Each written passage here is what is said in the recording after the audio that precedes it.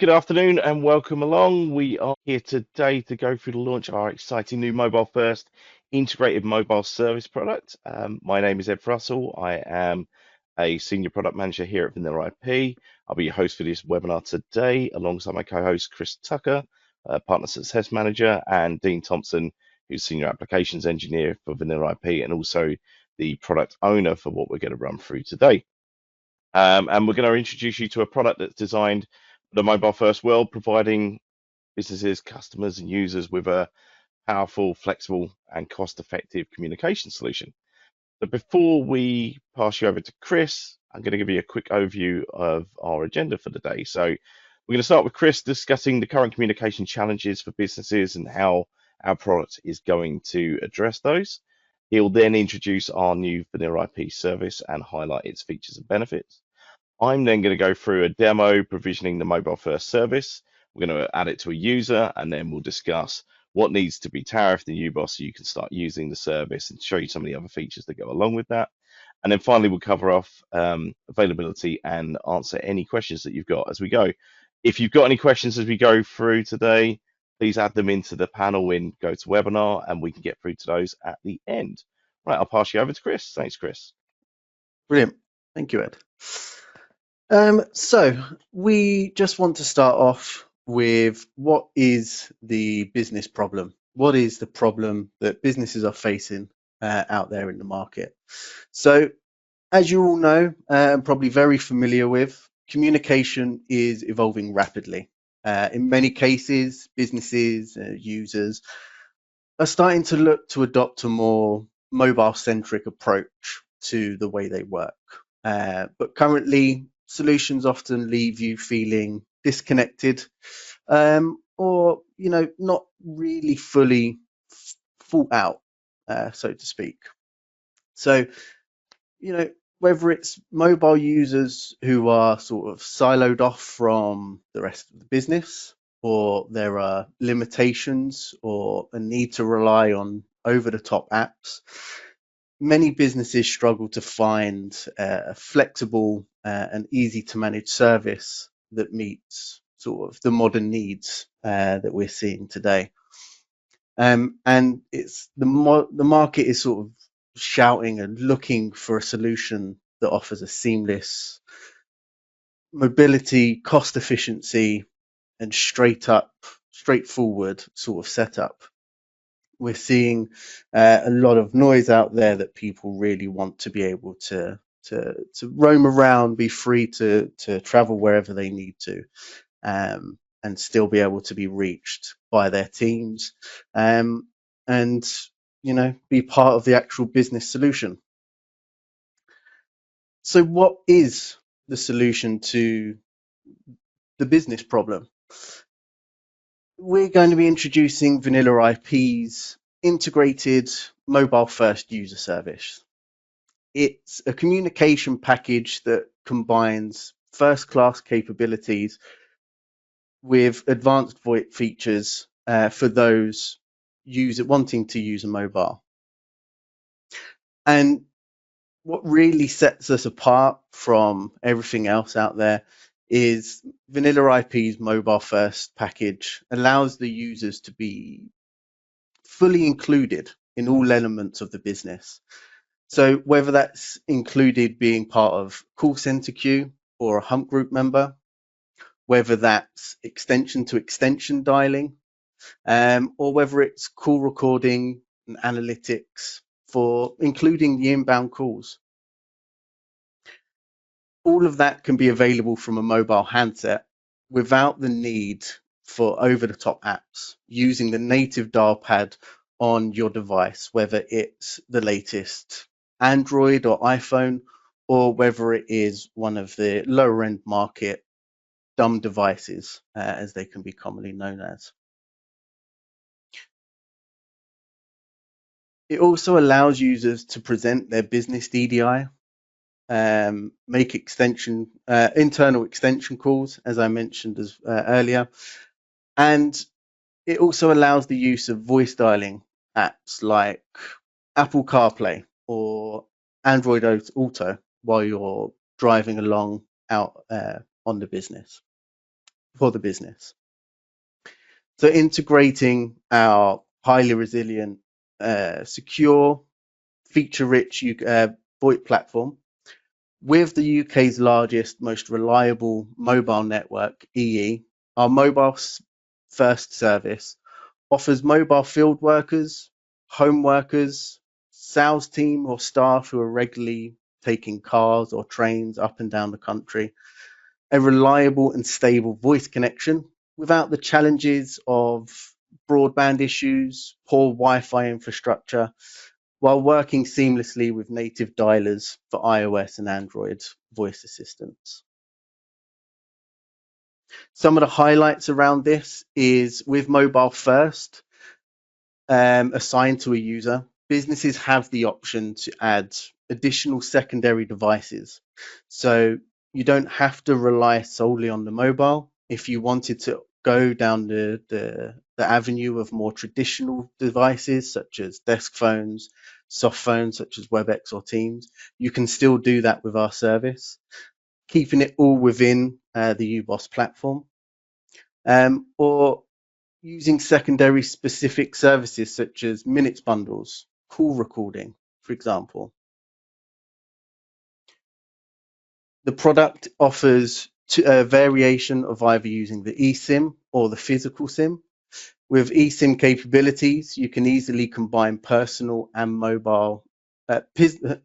personal and business mobile services on a single device, allowing you to optimize your data bundles from your personal SIM card and plan to use your data, and then opting to use the business SIM, whether that's or eSIM or physical, for your business calls, combining the two, creating a dual persona.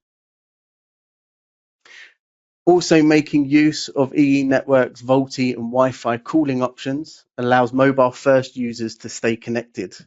In areas where there's little to no mobile signal, using Wi-Fi calling provides a better quality of call for users and allows them a lot more flexibility than relying on just a mobile service or a poorly equipped internet infrastructure, or as we've seen before, poor Wi-Fi infrastructure there. So that was me waffling on a little bit about the business problems and the business solution. So I'm now going to hand over back to Ed, and he's going to cover off the live demo section. Perfect. Thanks for that, Chris. Yeah, so we're going to touch on now how we go into UBOS and how we're going to assign the SIM and the service to the users. And we'll see how quick and easy that is to do. It takes a few minutes and then you can be up and running, especially when you're using an eSIM.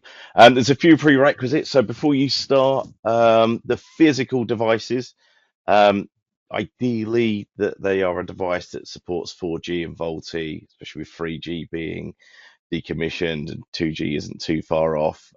So they need to support those there. When it comes to eSIM, just make sure that the device actually does support eSIM. We've had a couple of examples where it was assumed that a device would support eSIM and it just didn't. So please bear that in mind. Check with your customers, your users before you go ahead and assign an eSIM to them and it won't work. There is a new secondary package which is based on a vanilla IP level package called the Bolt-on User 1 Month Mobile PBX IQ SIM Plus. That's the name of the package that you want to use. It's got a couple of services in there that are critical for this to work. You've then got two UBOS virtual device types, if you will, that you need to add and tariff at your reseller levels. That is a physical SIM and an eSIM. We'll talk about those a little bit more after the demo. And then finally, there are a few services that you have to tariff as well. That is the calling services, the base bundle, the data bundles. You'll see those in this demo we're about to take a look at. So now with UBOS, we'll have a look at how we're going to assign the package and the services and the device to the user. So I just want to show you first of all, though, that in this account here, go here, we can see that I am extension only. So just to prove that we don't need a DDI or we don't need a mobile number associated to the user to get this up and running initially. So I'm going to get a package and service. We're going to choose the mobile first service, and this is where we choose our SIM type. So I'm going to go for the eSIM to show you that, but you can choose the physical SIM as we've already discussed. The SIM, and this is where we choose the initial underlying service. So we're going to go for the mobile first base bundle, and then we've got a choice of either no data all the way down to 100 gig of data. I'm just going to go for no data. This example, I'm going to hit save, and we're going to scroll down the bottom now. We're going to hit save again. Now that that's saved, we can go to the devices tab here, and you'll see that we've got a mobile first eSIM that exists here now. So we've got all the details again about that. We're going to click into this, and we'll be able to see some further details. So if I go to this page, this is the general page, just to give you a bit of details around the device itself, and you can see your base bundle there. We can also see our mobile bundles here, as in the service bundles. And then if I go to the eSIM tab, as we can see right now, the mobile eSIM hasn't come through just yet because that can take up to 10 minutes to come through, but we'll see that shortly. And then if I click on the porting tab here, we've also got the option if you wanted to port in a number, grab your PAT code, get your mobile number when you want to do the date for the port. Then you can enter the details here, submit that, and that'll go straight off and we'll go ahead for you. As that can take a little while to come through, in the spirit of Blue Peter, we're going to click onto a user that I built earlier. And this is what the eSIM page will look like once it's actually got the QR code for you to scan. So all you need to do, open your device, and there's various ways you could do this. And we've got some guides on our .ubus page. You open up the SIM manager on your phone, you choose to enable or install an eSIM. You'll point your camera at the screen and just download that QR code, and it will set it all up for you. It takes a couple of minutes. Or what you can do is download the QR code, so you could email that off to the client if you didn't want them to log into here and do it. And also you can copy some of these details here, the activation codes, and then you can copy that in if for some reason their camera isn't working or isn't picking up the QR code. But there you go, that's how you can easily configure one of our new SIM devices. We'll come back to the slides now. So as you can see, I mean, very straightforward, easy to do. One thing we didn't cover there, well, we covered the eSIM. The eSIM's a bit more exciting to look at on the screen. With the physical SIM ordering, it's a bit more like a physical device order, if you will.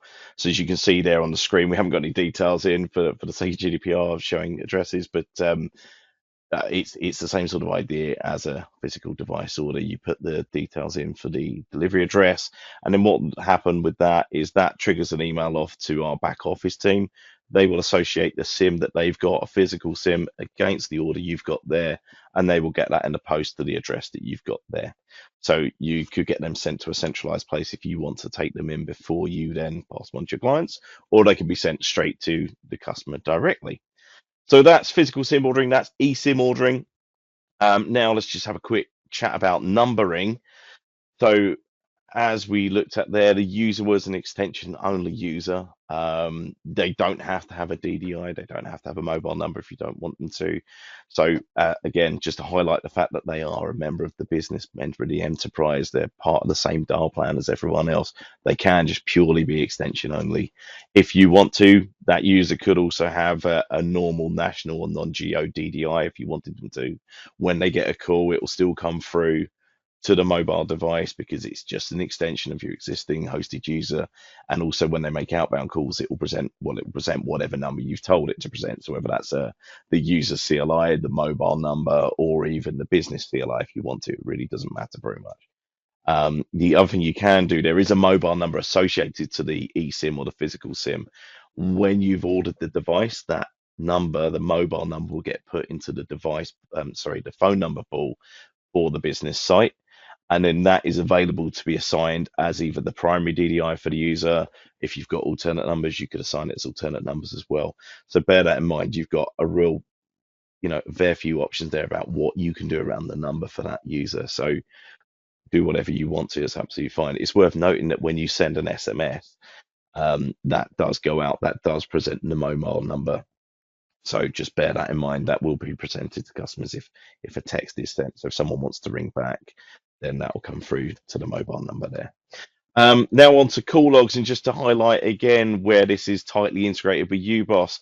If you look at the screenshot, hopefully you guys can read it okay, but there is the VoIP calls on there. They are the ones made from the device that we set up there. They are ones that we've made from a mobile eSIM or mobile device with the eSIM set up. You can see they show up as VoIP calls. You can see the data's in there as well, where data's been used on that SIM. Also, the text that show up in the call logs as well. And one other thing we want to just highlight as well, again, part of the integration and maybe where this differs from other people's services, because it's using the same VoIP solution behind the scenes, all of your other services such as call recording come into play here as well. And you'll actually see here on the last two columns on the slide, you can see the sentiment analysis that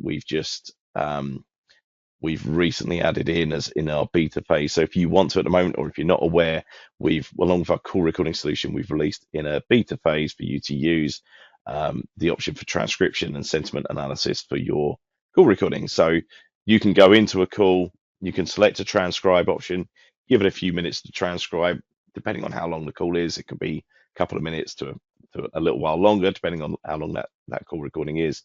But then it will go through, it will transcribe the call, look at what's going on in the call, and give you, like we've got on there, some examples. It will give you the transcription, it'll give you the overall sentiment, and then you can look at how it goes throughout the call. So again, that's another nice little add-on to just what you might consider a normal business mobile, but it really isn't. It's really integrated into the business, the same as all your other users are. So that's a really great add-on that you can add on there as well. At that point, I'm going to pass you back over to Chris to summarize the service. Thanks, Chris. Brilliant. Thank you, Ed. So yeah, so some great points touched on by Ed there at the end, especially the new call transcription and sentiment analysis. Quite exciting, and we will be doing a webinar similar to this one on that product upon its full release next year. So just to summarize what we've gone through so far, and so we can get to the questions that you might have. I can see some have already started coming in, so that's good to see. We just want to summarize. So offering businesses and their users a fully integrated mobile solution, such as the mobile first product, over your typical standalone mobile providers, offers multiple benefits. And just to touch on some of these and to highlight them, Ed mentioned there a single touch point for managing, provisioning and billing, and all of that is through UBOS. Using UBOS, obviously you can deploy, you can manage your customers' settings, your outbound call, outgoing call plan, etc. But it also ties in your analytics, provides you familiar tools such as your credit locking and toll fraud protection as well.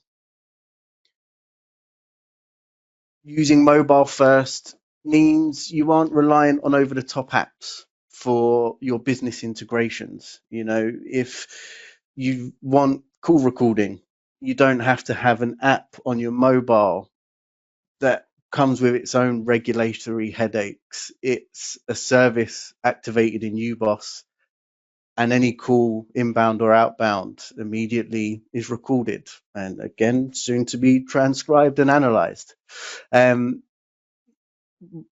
If you are going abroad, call recording is still captured regardless of whether you're in the UK, Australia, Singapore, wherever you might be. I touched on it briefly earlier, but your users can create dual personas, combining their personal SIMs and their business SIMs to offer them a more cost-effective solution. Your personal plan, I know mine has an abundance of data, and I don't use too much of that myself. So I could use my personal SIM for any of my data, and then use my new mobile first service as an eSIM and use that to make and receive calls. So there's a lot to digest, and there's a lot to go through and summarize about about the service. But one of the key differentiators as well, and it's the last one before I hand back over to the team here so we can start going through some questions, is your choice of number. You're not limited to being assigned just a UK mobile number. As Ed, mentioned before, you can assign a UK geographical number, a non-geo number. You can have your mobile number. You can have that as an underlying number using alternate number services as well. Or you can just be an extension only user and present your business CLI as you need to. So it's a pretty great service, pretty flexible, very cost efficient. I'll leave that there from my side and I'll pass you back over to Ed. Thanks, Chris. I'll bring Dean in at this point as well. Dan, we've got a few questions here that we'll run through. I've got one here, Dean, probably your best suited to answer this one. What devices and operating systems are compatible with this mobile first service? So, like we were mentioning earlier, it's best to go with 4G VoLTE devices, support that. And some of the new basic mobiles still they actually support 4G. A lot of them don't have eSIM. That's another thing you need to check, the eSIM compatibility. That's not on all mobiles, but yes, case by case basis, I think. I think Chris touched on it in the session, but you know you can use the latest iPhone or Android, Yes. most Androids certainly, and then also we've got a few people we've like what I call it a dumb phone, but that is what they've referred to, like a really sort of basic Nokia style device with a physical SIM in it, and that works just as good, right?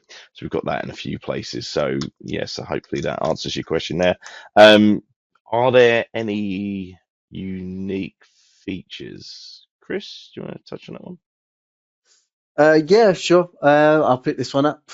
Unique features. Well, one of the things that really sets this service apart is the deep integration with UBoss. I mean, we're all very familiar with UBoss. We know, how powerful a tool it can be, provisioning, billing, reporting, management, all in one place. Now combine that with a mobile service integrated with our VoIP platform as well as UBoss itself, and it just means you're unlocking potential upon a potential for this service. And it also means one point of call rather than having to manage separate systems. Your customer calls in, they have an issue with their SIM or their mobile service, you have to go off somewhere else. Here now it's all one point of contact.